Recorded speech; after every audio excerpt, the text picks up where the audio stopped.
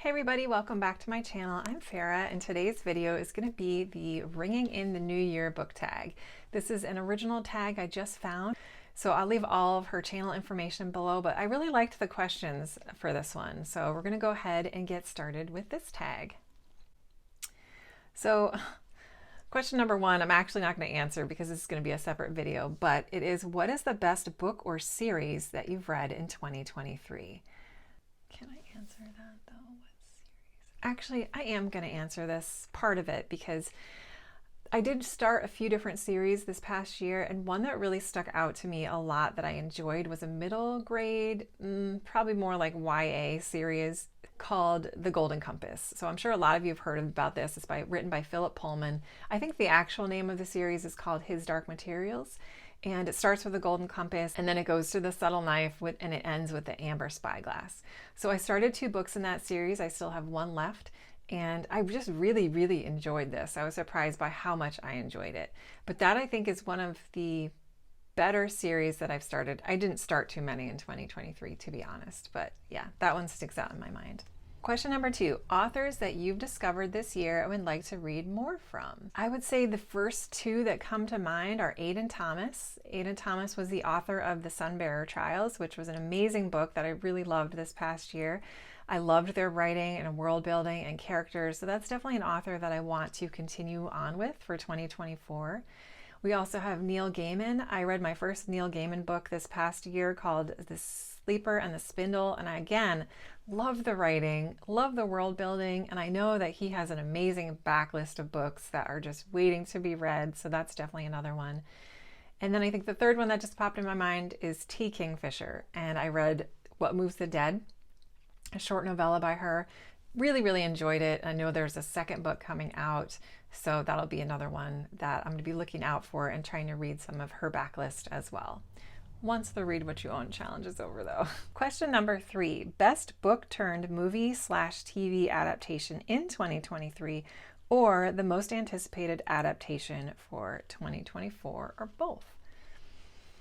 I don't know. I did watch, to get back to the His Dark Materials book I mentioned in the first question, I did watch the HBO Max adaptation of season 1 of His Dark Materials. I started that. I kind of put it on pause because of the holiday movie stuff, but that was really good. I really enjoyed the adaptation. I thought it was pretty true. I love how they did the animal spirits or the demons to go along with each character, so that I'm really enjoying. Another one that I want to watch but I haven't yet, which is an adaptation in 2023, is The Fall of the House of Usher, which is an Edgar Allan Poe retelling or reimagining, and this particular director did The Haunting of Hill House and The Haunting at Bly Manor, both of which I really enjoyed. So that's kind of cheating answering that way, but yeah, those would be my answers for that. Question number 4, have your reading habits changed at all this year, and have you gotten into any new genres? Yes, I would say I have read a lot more audiobooks than I ever have before. That's a huge difference in my reading. Also, I'm making more time to read in the morning, right when I wake up, instead of going on my phone, which has been a huge plus, I feel like. And I've also made an effort to set aside time after dinner to read as well. So that's helped with my physical book reading, because I feel like physical book reading is where I struggle the most because I don't have a lot of time to sit down and open up a book.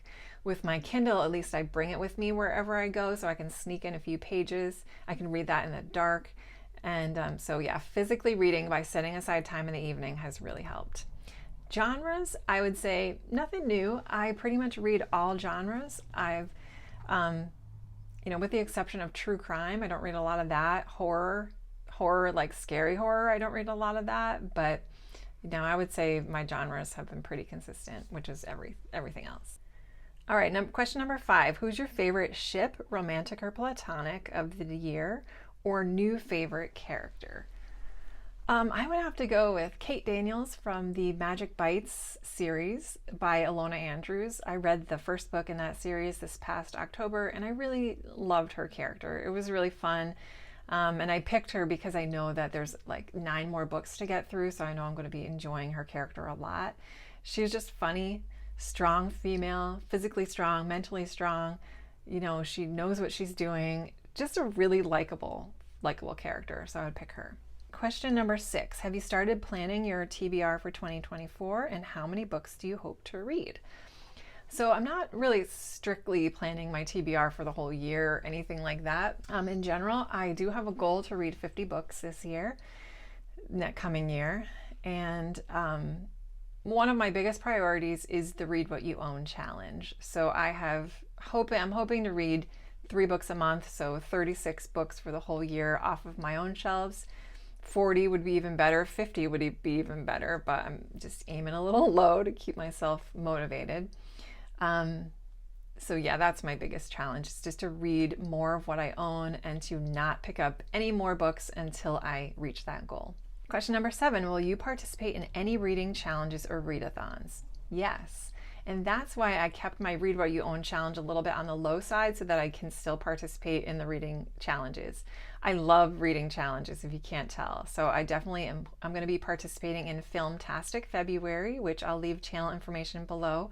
But that's where you want to read a book about a film star or a film process. You know, it could be anything in the genre of films. So that's going to be one I'm going to be participating in my own challenge, which is an Agatha Christie reading challenge, which I'm just challenging myself to read 1 Agatha Christie book per month. And then I'm going to be participating in the Greatest Books of All Time challenge for myself as well, which is trying to get through that list. It's going to be a really long, slow process for that. I'm going to try out maybe June on the Range. We'll see. I have a couple of vintage Western books I found in a box here, so I might give that a whirl. I'm going to participate in the Asian readathon. Pride readathon. I don't know if there is one for June, but definitely that. I'm going to be doing Garbogust, definitely. Shakestember, Sci-Fi September, Shorty September. All of those good stuff. Nonfiction November. Those are the only ones I really know of. So yeah, I'll be definitely participating in those. And then lastly, any New Year's resolutions or goals. These can be bookish, content related, or otherwise. Yes, one of my New Year's resolutions for Booktube is to find a better balance between Booktube watching and my life, because I do feel like the past couple months I have watched 90% more Booktube than I ever have in my life. And that's just from getting to know so many new channels and trying to keep up with everyone's videos. And I do feel a bit burnt out from that. I'm not going to lie. I really make a huge effort to watch every person that has subscribed to me, and I try to watch all their videos. And then I also make a huge effort to support smaller channels, because I remember what it was like and how meaningful it was when somebody watched my video and left a comment. So those are 2 Booktube areas that I've really dove into a lot this year, but I am left feeling a little burnt out from it. I have used what free time I have to try to do this, but I've kind of pushed exercise to the side, which is not good. I've pushed like normal film watching or TV watching, which is not good, because I hear a lot of people on Booktube say that they don't watch a lot of TV and that reading is their main form of entertainment or hobby. But for me, I would say I equally love films and films and TV shows.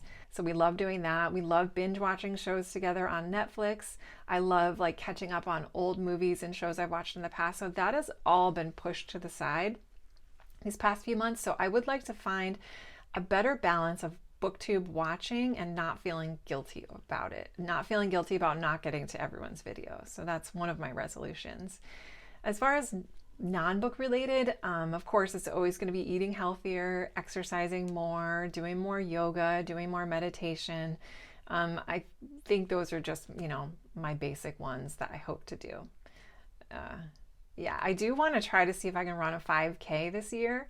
That's been a huge goal of mine. And then another physical goal I have is to try to do 1 push-up. I know that sounds pretty lame, but I had shoulder issues for a long time, and I just recently have gotten over that.